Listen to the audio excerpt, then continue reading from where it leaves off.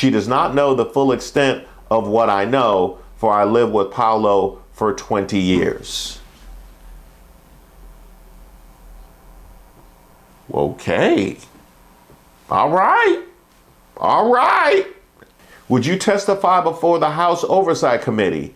Absolutely.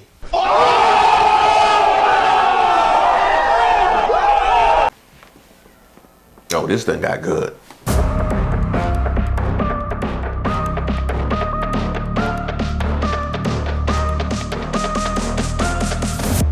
Shout out to all the subscribers and the members here on the channel. Don't forget to like the video. My name is Reese Waters, and I'm troubled. No.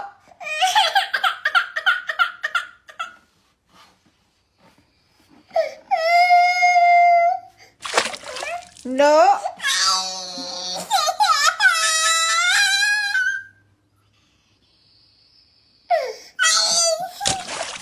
No.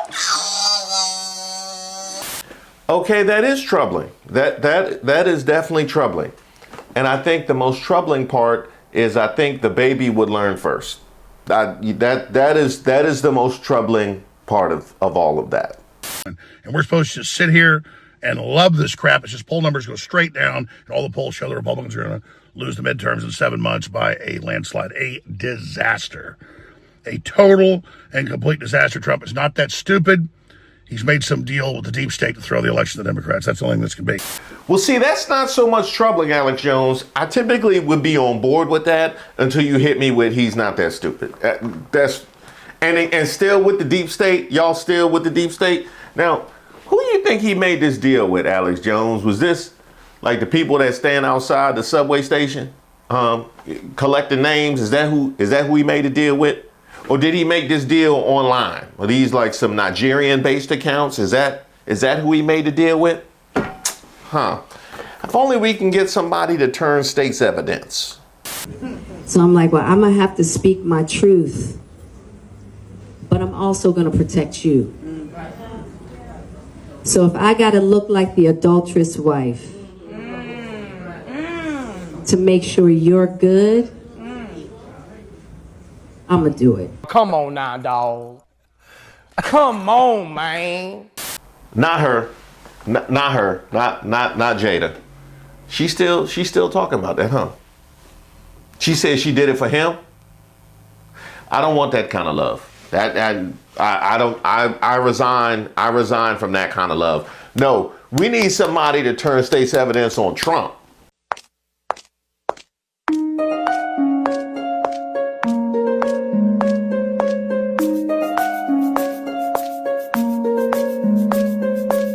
There y'all go again with the walking videos. How many of those you got in the bag? This.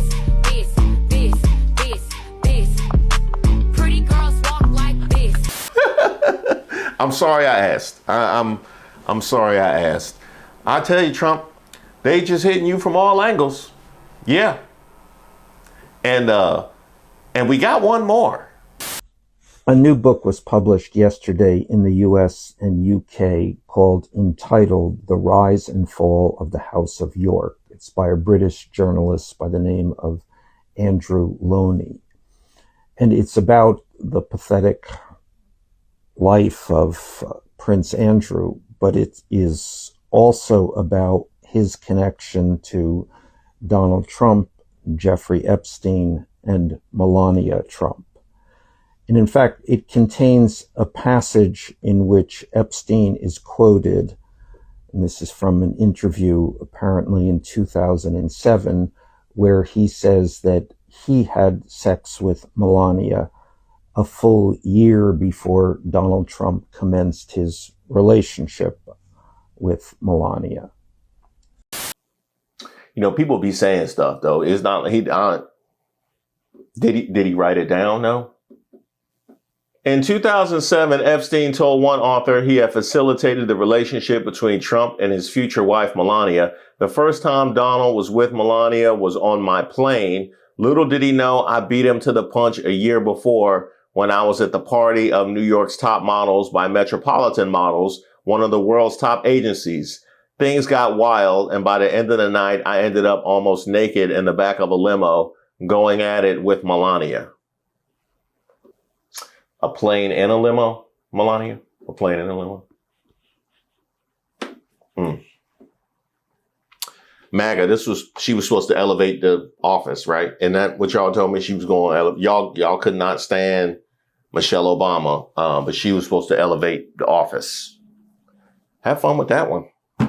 Yeah, that's gonna be good. Hey, I ain't seen this bite y'all that bad since Brian Know. So you remember that video I just did about Melania Trump's former, quote, best friend who decided she wanted to tell it all? According to my source in DC, the reason why Melania is speaking out now is because there are receipts about to be leaked. Like literal receipts. Like a purchase agreement. First Lady Melania Trump's bestie of 20 years, Amanda Ungaro, is unleashing holy hell on X, and with good reason. Now, this was, of course, after Melania just decided to clear the air apropos of nothing, which is always suspicious. The false smears about me from mean-spirited and politically motivated individuals and entities looking to cause damage to my good name, to gain financially and climb politically, must stop.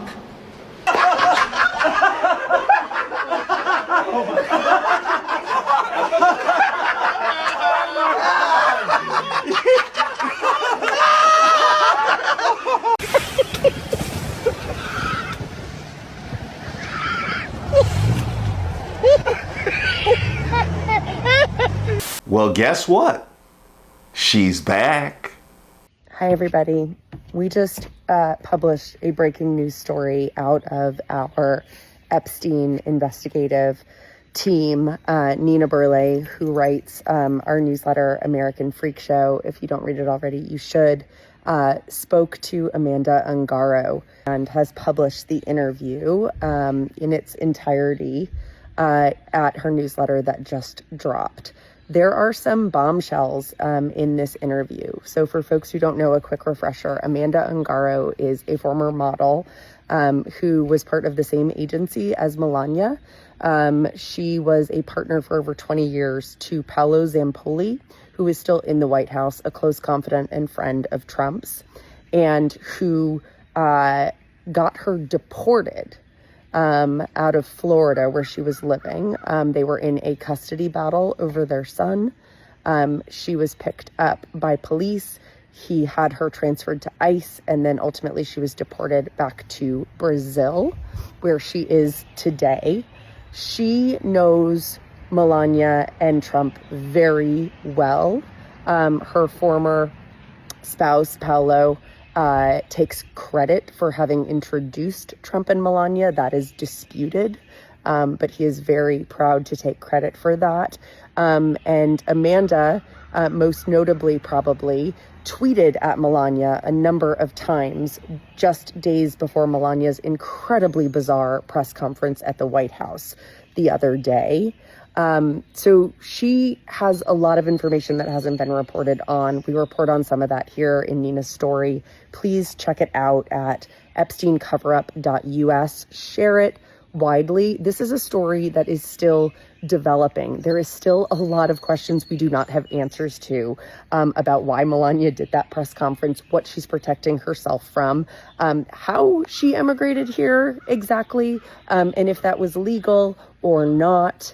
And she clearly does not want this information out there. Neither does Paolo, who preemptively put out a post on social media the other day threatening anyone who wrote about him or his son that he would sue them. This is a really important story. Obviously, it's a continuing developing story, but there's a lot of bombshells in Amanda's interview. So please go check it out at epsteincoverup.us and share it widely. We have got to keep the Epstein cover-up in the news. The cover-up is the crime, and it is continuing. It is happening in real time, and so we at Courier are covering it in real time.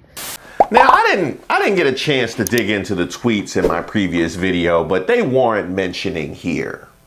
Carol, if you need a place to stay, send me a message.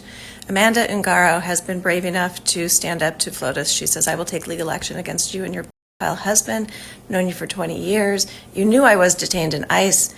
Something was clearly wrong, but I am not part of any evil mission involving children. So what did you do, Melania? You tried to involve me, but you failed because I have character. Do you know what I think about you after 20 years? She says, I have nothing left to lose in my life. I will tear down the entire system. Be careful with me, bitch. I will tear down your corrupt system, even if it's the last thing I do in my life. I will go all the way. I am not afraid. Maybe you should be afraid of what I know, of who you are and who your husband is. Let's start at the very beginning. A very good place to start. I'm sorry, did you say if you need a place to stay? I wouldn't do that. I would just, you don't know. You know what I mean? You never know. I mean, one thing we do have to make clear, we have to go in with our eyes open. This is a woman who has lost quite a bit and absolutely has an axe to grind. We have to acknowledge that.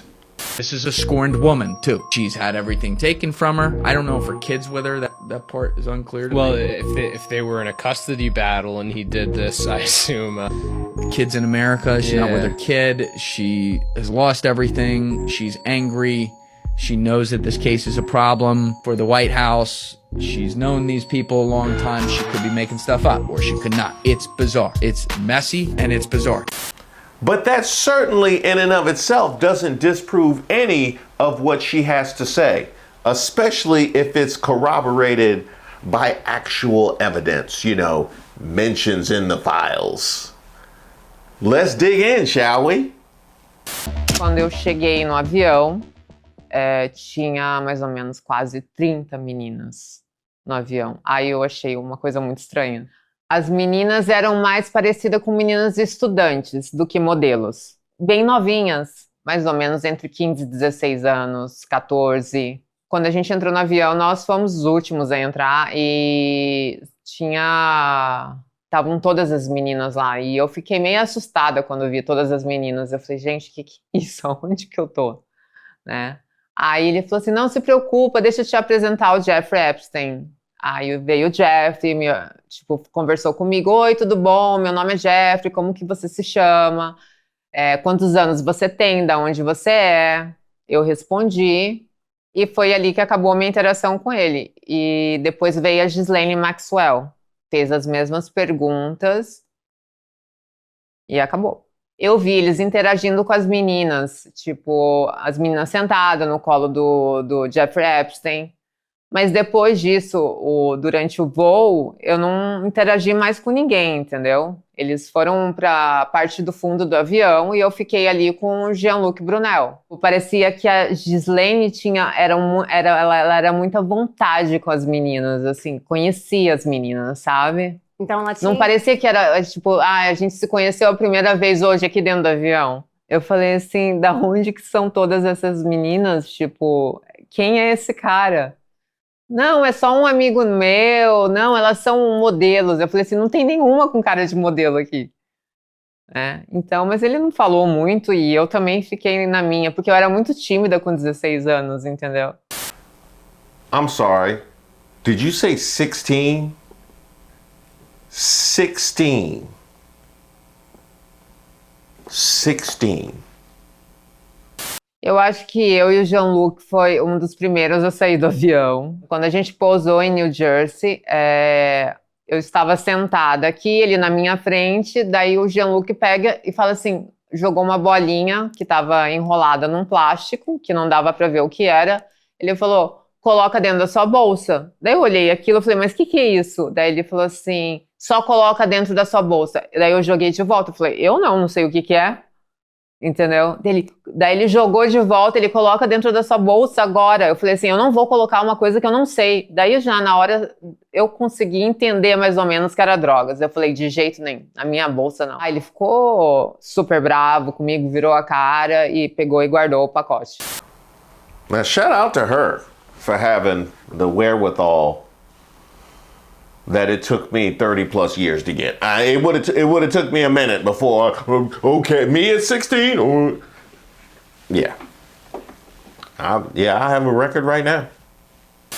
Foi a minha primeira vez chegando em Nova York. Eu não lembro realmente da reação das meninas.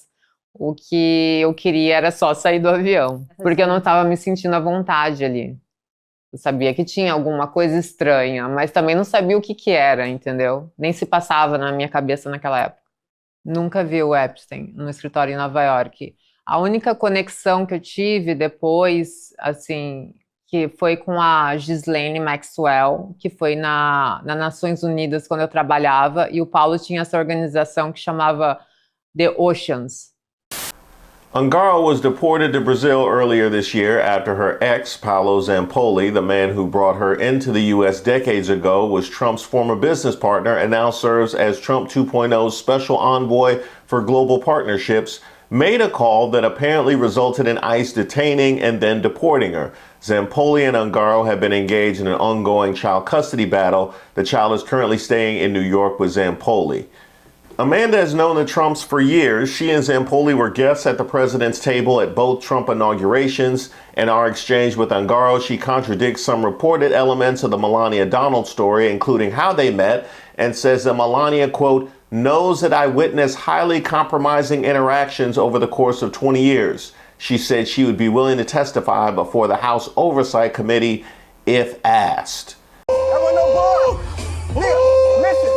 When and under what circumstances did you meet Zampoli? The first time I had contact with Paolo Zampolli is when I was 15 years old. I can state that starting from this first meeting, Paolo Zampolli began harassing me in an attempt to pursue an intimate relationship. That's right, 15.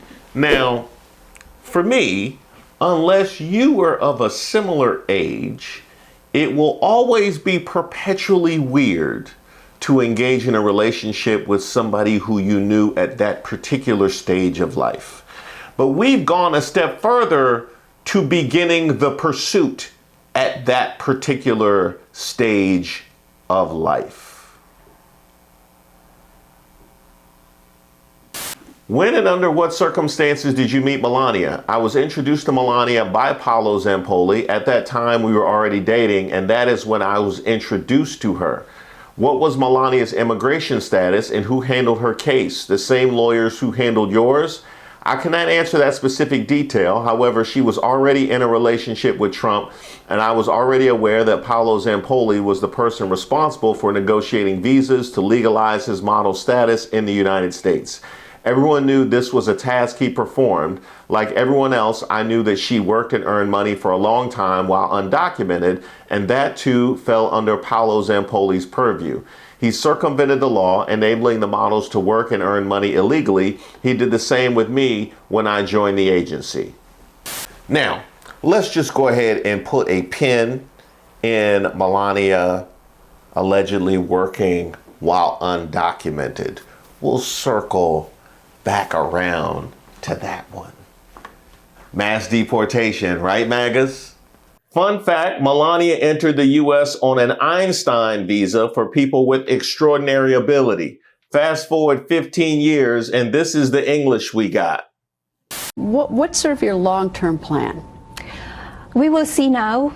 Everything is in the air for now, but when the time comes, another way, we will see.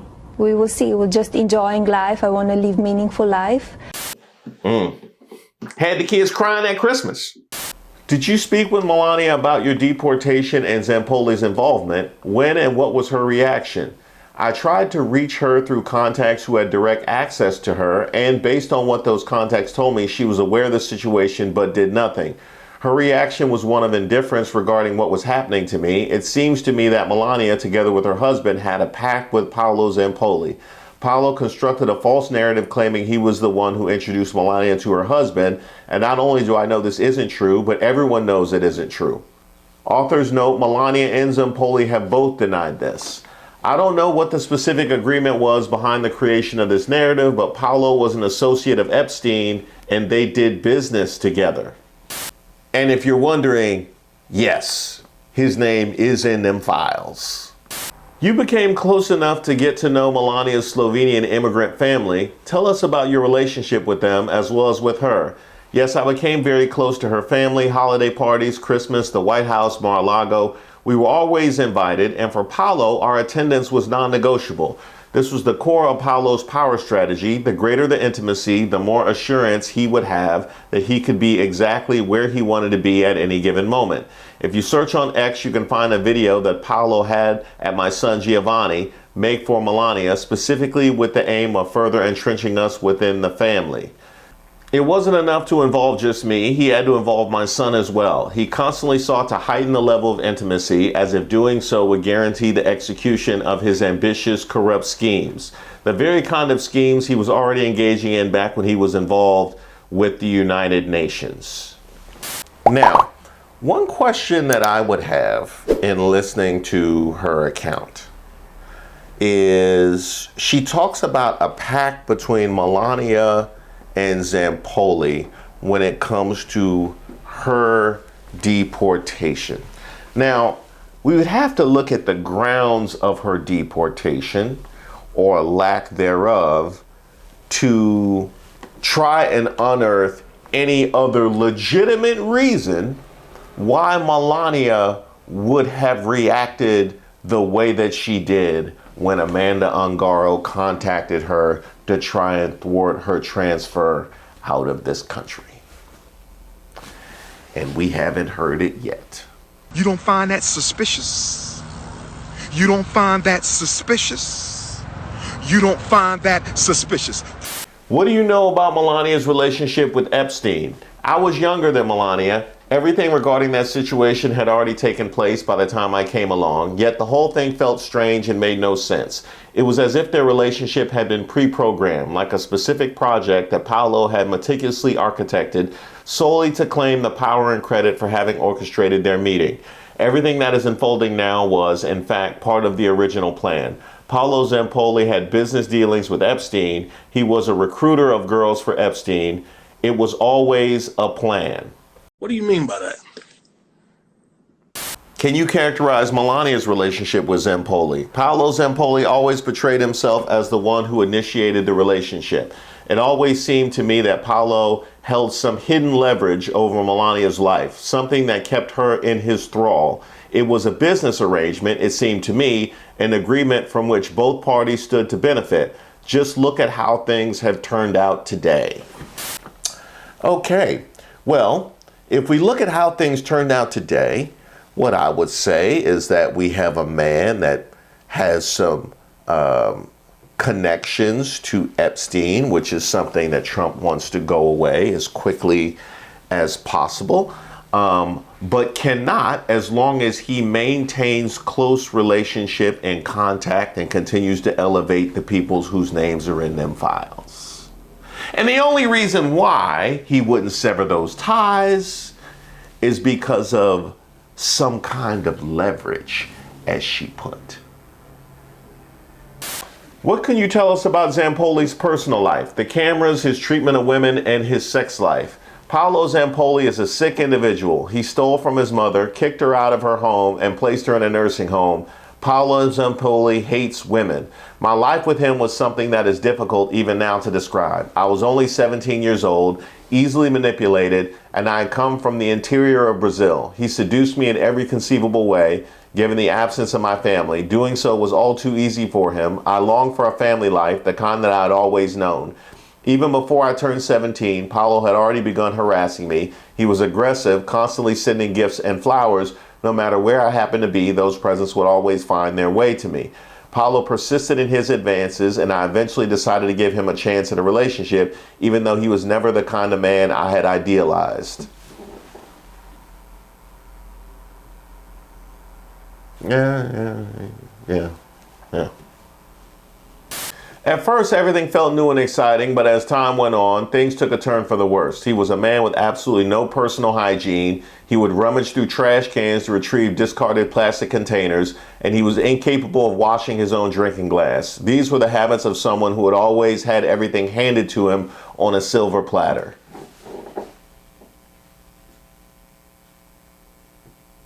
Yeah. I can see that, yeah. Our family life was another disaster. Lacking any sense of family dynamics, we had no normal family routine. Our home life was more like a club, a venue for meetings and personal dealings. There was no true family atmosphere, no dialogue between husband and wife. He was the sole conductor of everything, and this came at the cost of my modeling career. One night, just before an audition for a fashion show that Paolo didn't want me to do, I was punched in the face. The blow left me bruised and marked, making it impossible for me to attend.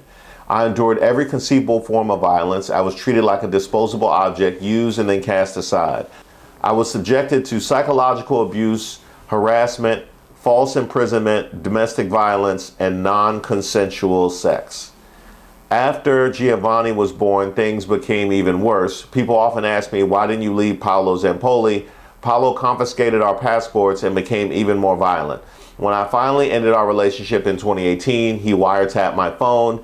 I was followed through the streets and had no peace. It was one abuse after another.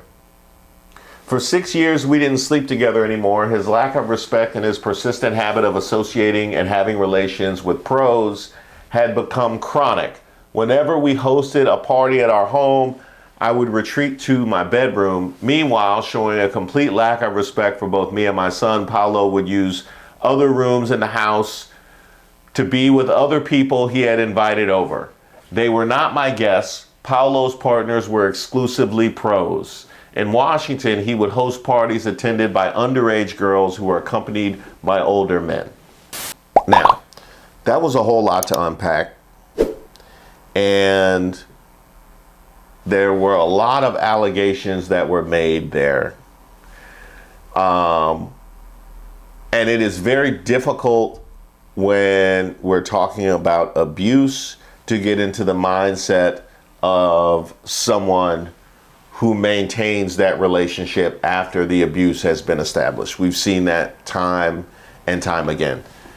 At the same token, we have somebody who clearly feels victimized, going back over a period of time. We started with just the son, and now we're alleging a lot more than that. So we also have to take into consideration where all of this might be coming from. But just to be responsible, those were the allegations that were made. And if we had like a operable judiciary, they would be investigated. But we got this. So, yeah. Is Cash in the office? They had to break in.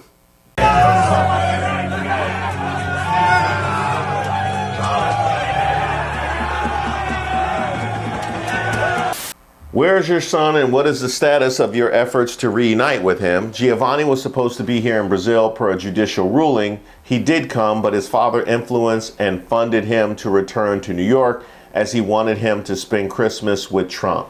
Currently, there's a legal case pending with the Brazilian government regarding the abduction of a vulnerable person. As I have been deported, I am currently unable to see my son. Furthermore, prosecutor Stacey Cleveland has designated me a fugitive, and there's an active arrest warrant against me issued by Florida authorities. She engaged in email correspondence with Paolo Zampolli, and in my view, she is compromised by Paolo, the very man who attempted to have me serve a 6-year prison sentence in a Florida state prison without ever presenting a single piece of evidence against me. And that, I believe, is a pretty significant point to make, which is that she has gone on the offensive, telling her side of the story. And all that it would take for them to at least cover the bare minimum, being her deportation, would be to present legitimate evidence for said action, which we haven't even gotten. Now, we would, of course, have to investigate even that, but they haven't offered even that. I say, hold up, wait a minute, something ain't right. Did Melania personally threaten you? If so, in what way and when? Melania felt threatened, and while she did not threaten me directly, she knows that I witnessed highly compromising interactions over the course of 20 years. She does not know the full extent of what I know, for I lived with Paolo for 20 years. Okay. All right. All right. Would you testify before the House Oversight Committee? Absolutely.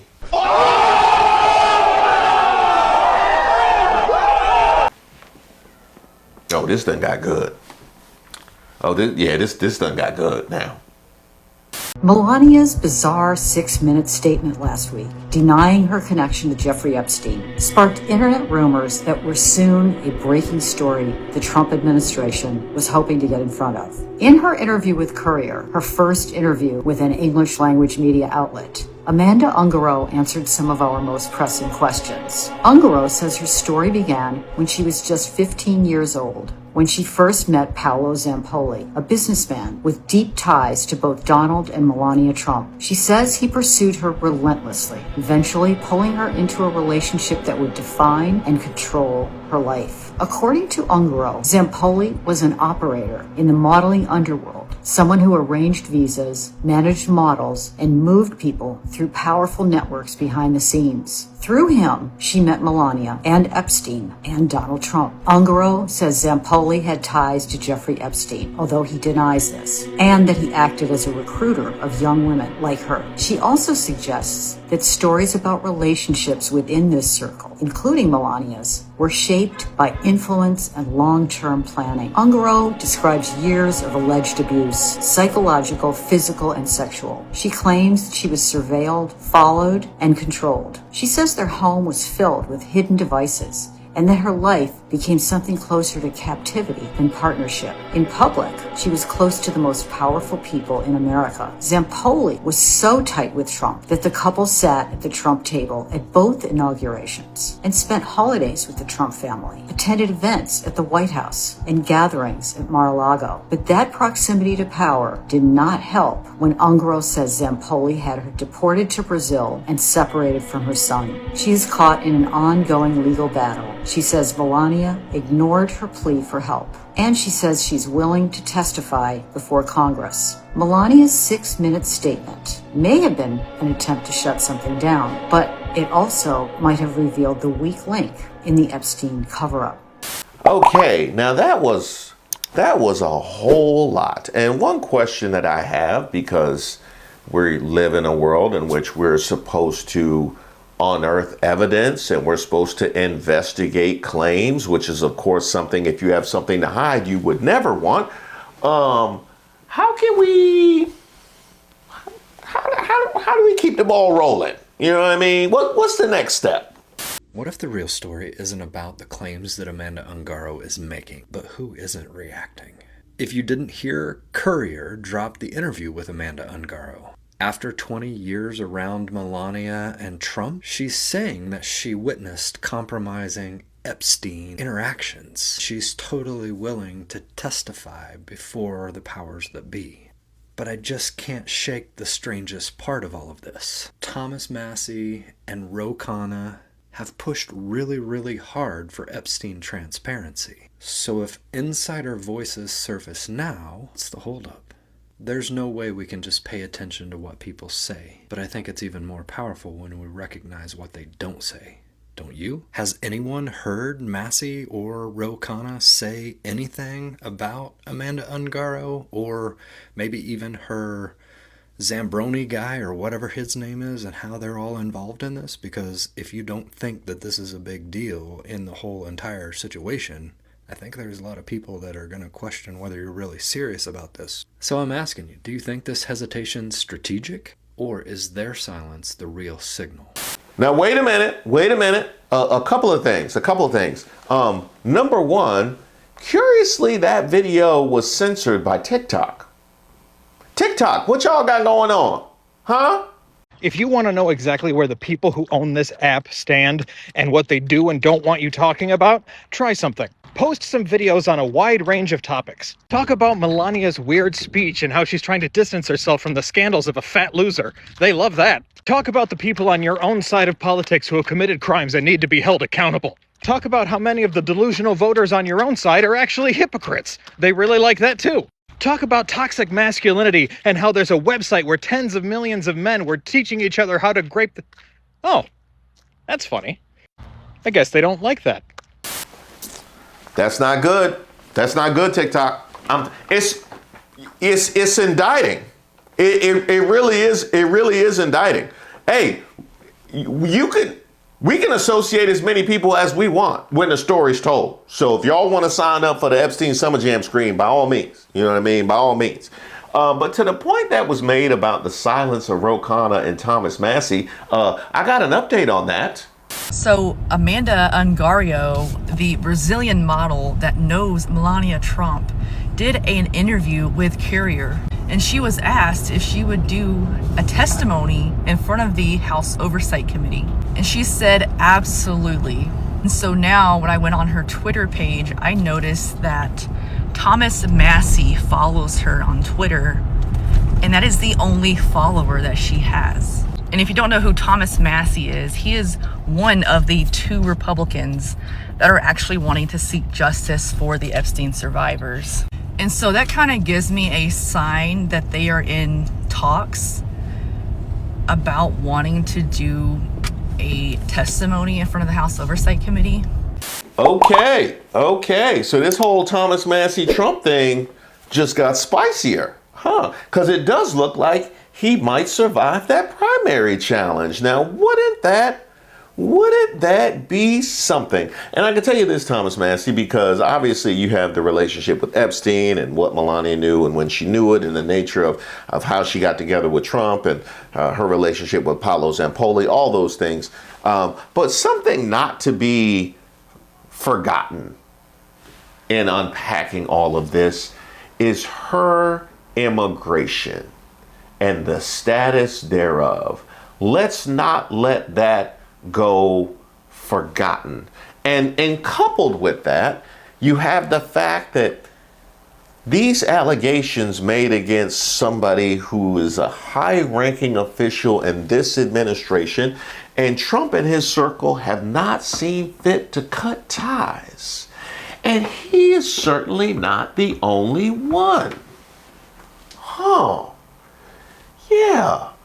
In June of 2025, just a couple months back, right around the time when the files became a topic of conversation again, Amanda was arrested in Miami alongside a Brazilian doctor, and they were arrested for illegally operating a medical facility, grand theft, organized scheme to defraud, and illegally acquiring prescription medications to give their patients, as they were allegedly offering invasive cosmetic procedures without any kind of licensing. When she was arrested, Amanda was placed on an immigration hold and set to be deported, and that is the last thing that we have heard about Amanda Ungaro, the longtime partner of someone who is sitting in this current administration, longtime friends with the president, who appeared on Jeffrey's flight logs back in 2002, is just being deported. And the day after Amanda was taken into custody, Paolo Zampolli posted this photo of himself and Pam Bondi on his social media. No mention of Amanda at all. Amanda is no longer appearing in any of his photos afterwards. Like, since she's been arrested, there's been no photos with her whatsoever. There's been no seeming concern for Amanda at all. He's just been posting like everything's great, normal, happy even. And I'm not saying that Amanda didn't do anything wrong. Obviously, this is the United States. You're innocent until proven guilty. Obviously, she is on the fast track to being deported. And that doesn't make any sense from the standpoint that she is still a United Nations diplomat. She should have a diplomatic passport. She should have diplomatic immunity from arrest and prosecution of a lot of different charges. In a lot of situations, local authorities don't have the authority to disregard diplomatic privileges. It doesn't make any sense how the United States is actively deporting a United Nations diplomat, and it's not being talked about at all in mainstream media. Regardless of the fact that she was on Jeffrey's plane at 17 years old, went on to have a child with the agent who is supposed to be representing her, who's 15 years her senior. Like, putting that aside because that's extremely relevant, but the fact that they're trying to deport a United Nations diplomat makes no sense at all. It doesn't make even a little bit of sense. I really hope that everyone is beginning to see the correlation between Donald Trump's modeling agency, Paolo Zampoli's modeling agency, John Casablancas' modeling agency, Jean-Luc Brunel's modeling agency, and how all of those men were friends of Jeffrey and they all happily gave Jeffrey access to the droves of young girls and women that they had virtual ownership of. And we know for a fact that all of these men had very similar business models when it came to running modeling agencies. We know for a fact that one of the main ways that these men stacked their modeling agencies was via selling dreams to vulnerable young girls and young women, then illegally bringing them from overseas to the United States, where these young girls and young women would work for them. They would live in housing that they provided for them, which was typically overcrowded and run down. And these men would take up to 80% of these girls' wages, and these girls would be left at the mercy of them, not by their own choice, because they were guaranteed that their immigration would be all sorted out, but it never was. And before they knew it, they have nowhere to go. Obviously, this wasn't just happening internationally, this was happening domestically as well. But when it did happen internationally, and it did often,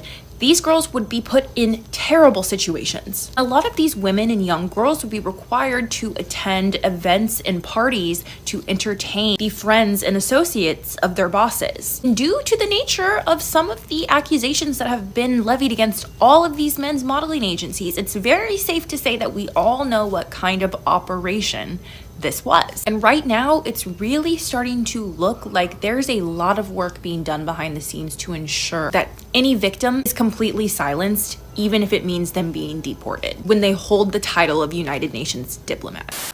I gotta check that out. I gotta check that. She on top of it. No, she is definitely on top of it. And by the way, Trump, the world is too. Yeah. Yeah, they noticed. I don't ever slow up, no I don't take shit. I got no love for the fakeness. If you wanna play tough and wanna hate this, I'll always show up.